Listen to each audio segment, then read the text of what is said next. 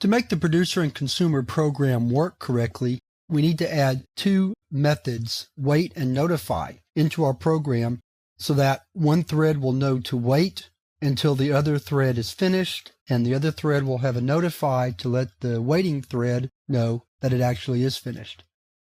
So all we have to do are modify the get and put methods in our market class. So let's go ahead and do that right now.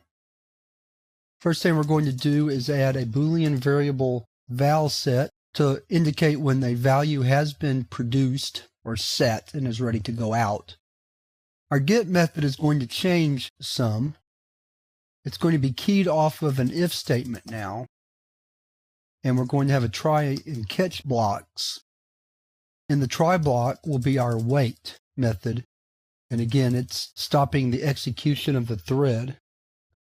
And in the catch, we're simply going to say interrupted if an interruption exception is thrown.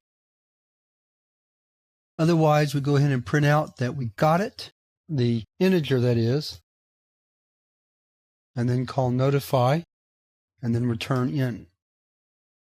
Put works similarly but different.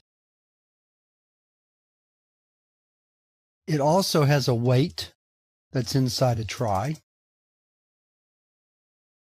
and we're going to handle it the same way. Handle, that is, the catch if there is one, if an exception is thrown.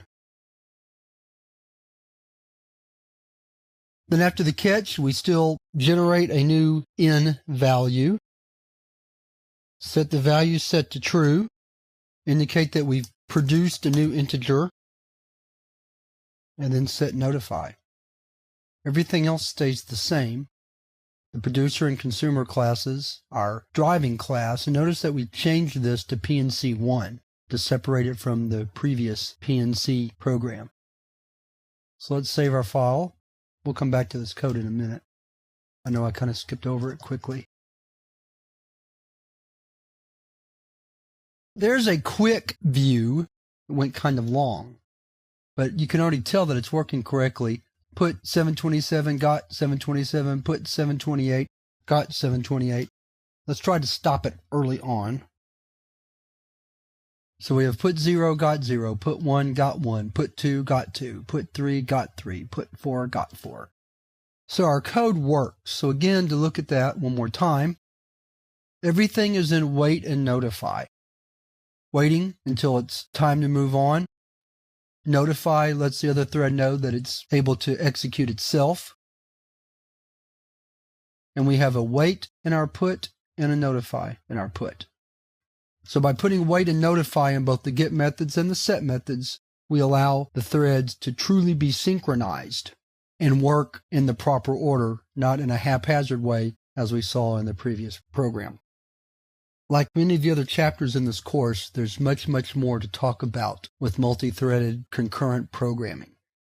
And to cover the whole area would require a much longer chapter. In fact, it would require its own course. So as always, what I've hoped I've done here is given you a taste for what multi-threading programming is like, given you the confidence to see that it's not all that hard to get started with it, although true multi-threaded programming is complex. But I hope you've gotten the confidence to go on and explore the subject more on your own and see what you can do with multi-threading. But with that, we're finished with this exercise on working with producers and consumers, and we're finished with this chapter on multi-threading.